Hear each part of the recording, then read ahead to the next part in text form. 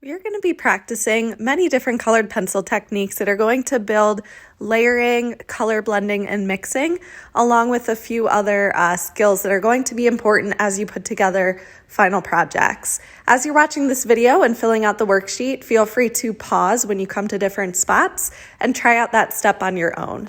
The first thing that we're going to be doing is practicing layering. So starting out with blue on the left side, lightly layer blue, fading it out as you get towards the middle, just a little bit past that. And then on the other side, we're going to be using red and doing the same thing, starting out with one layer and lightly overlapping that red on top of the blue where they mix in the middle. Now, since these are both primary colors, they're going to create the secondary color of purple where the two colors overlap. Now we're going to continue to slowly layer more and more colored pencil on top of each other in order to create a more vivid color. The more layers that you add, the brighter and more intense that color is going to become, and the more visible that middle color of that purple will be as well. So when we're working with colored pencils, this layering is extremely important in order to get a very nice bright color while mixing your colors together. If you start out by pressing really hard with your pencil, it's going to be difficult to mix colors together because they're not going to blend very easily.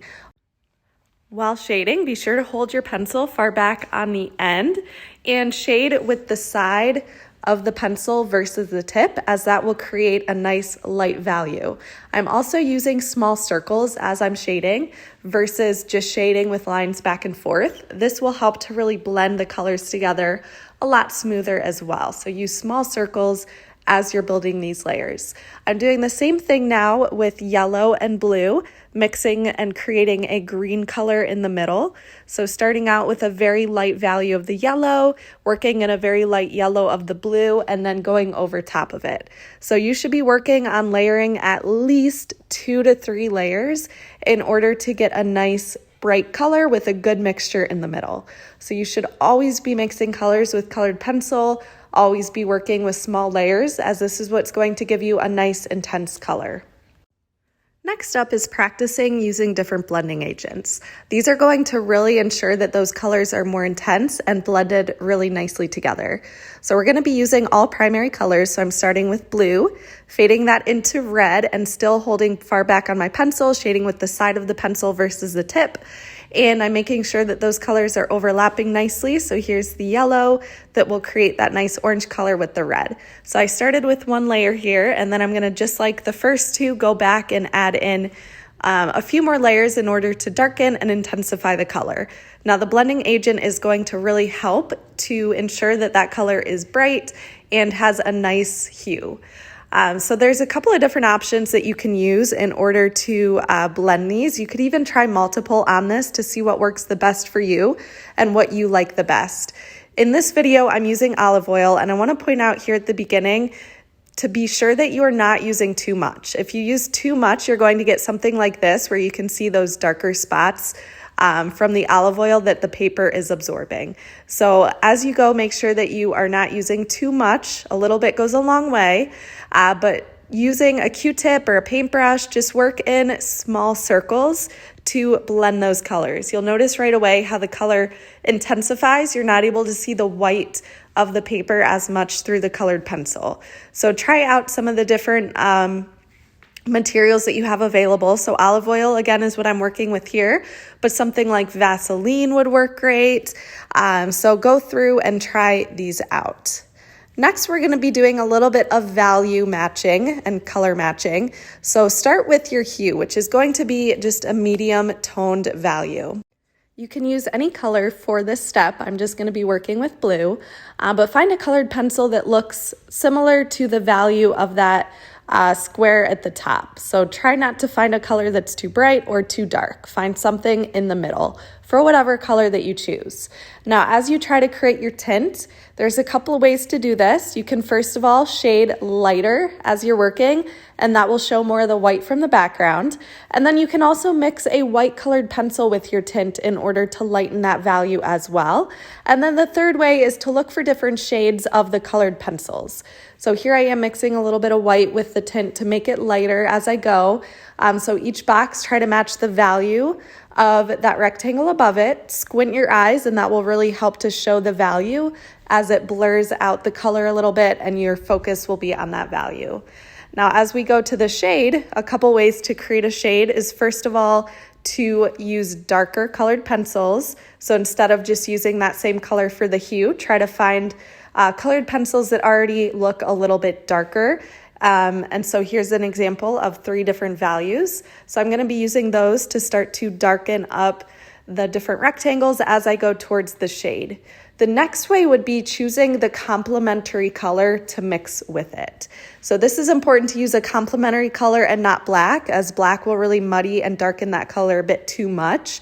But using a complementary color will really help to desaturate and dull the vibrancy of the color, which is a lot more natural versus using black. So think about the complementary color. In this case, blue would be the orange complementary color. And I'm using a couple different values of orange. So I'm using a slightly lighter orange in the lighter areas that I want to just desaturate slightly, and then a darker orange when I get towards that darkest shade. So I'm switching now to that darker orange. Also be sure as you're working here that you are building your layers. So instead of just doing one layer, try to build multiple, especially as you're working in these darker values here. So I'm going back to this darkest blue, really layering that up, and the color you can see is a lot less intense, a lot more desaturated as I'm adding that orange mixture into it. If you wanted to try another blending agent with these, feel free to go in with a blending agent to smooth these out and bring out the vibrancy. But just make sure as you're working, you can see that clear fade from dark into your lighter values.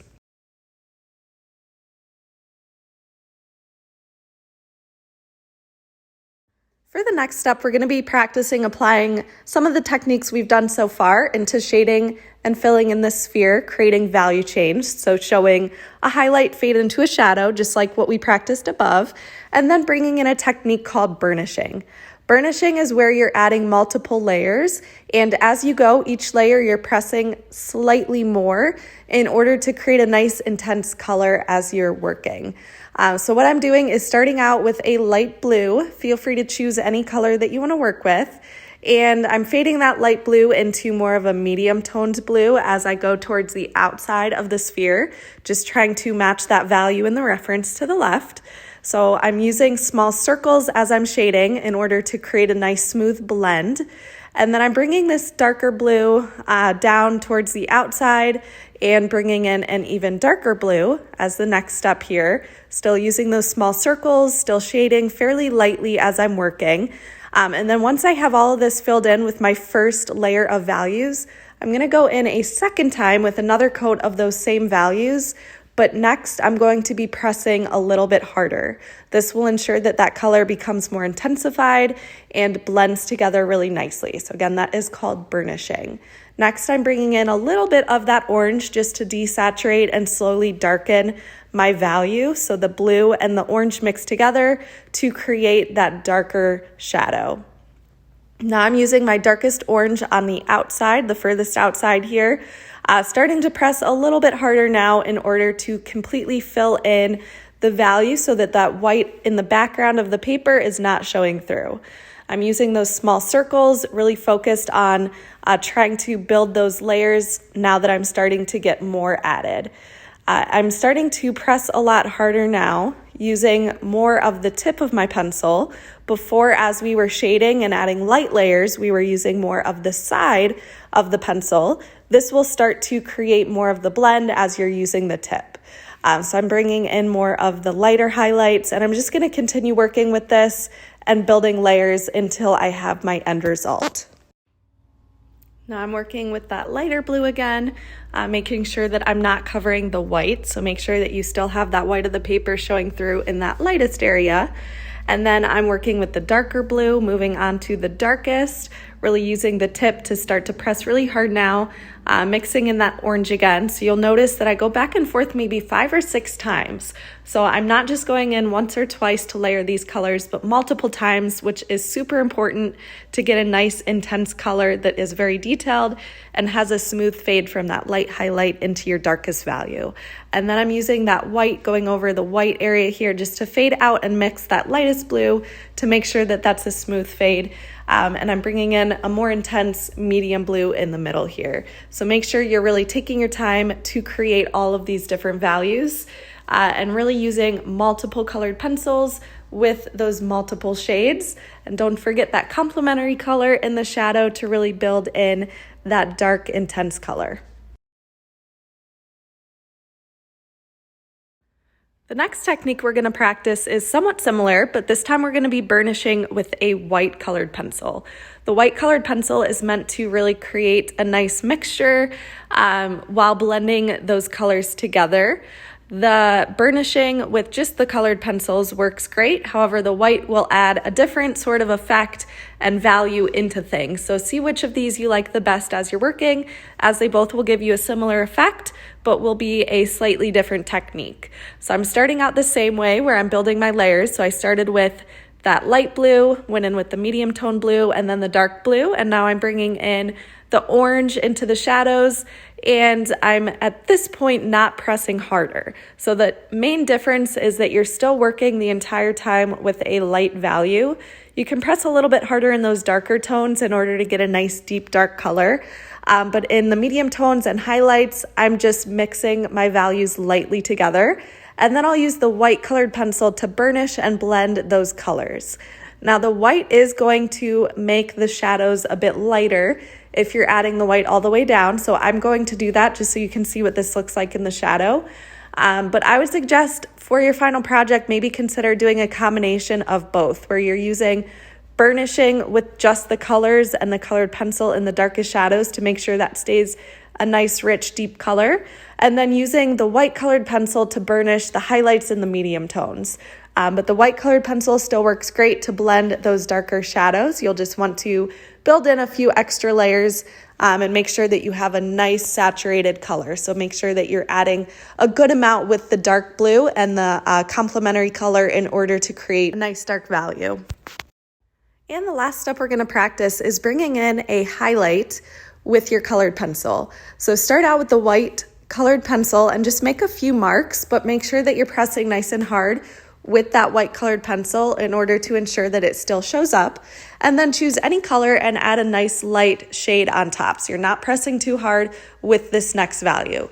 And then on top of this, you're going to use a blending agent. So I'm just using the olive oil and I am doing small circles on top, and you'll notice that the white areas where I put my colored pencil start to come back. So it's almost erasing the colored pencil off of the area where I had the white first. So this is kind of like a resist where you are using the white first for your highlight. So on your reference picture, if there's anywhere that's a light highlight, you'll want to start with that first and get that filled in nice and bright with your white colored pencil.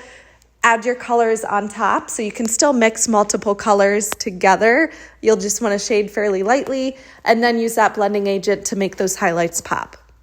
So you can really see on this example from the next step, those nice bright white areas are completely white because the colored pencil was shaded on there first. That's very important to make sure that any white highlights are completely white in order to create a nice contrast in your final projects.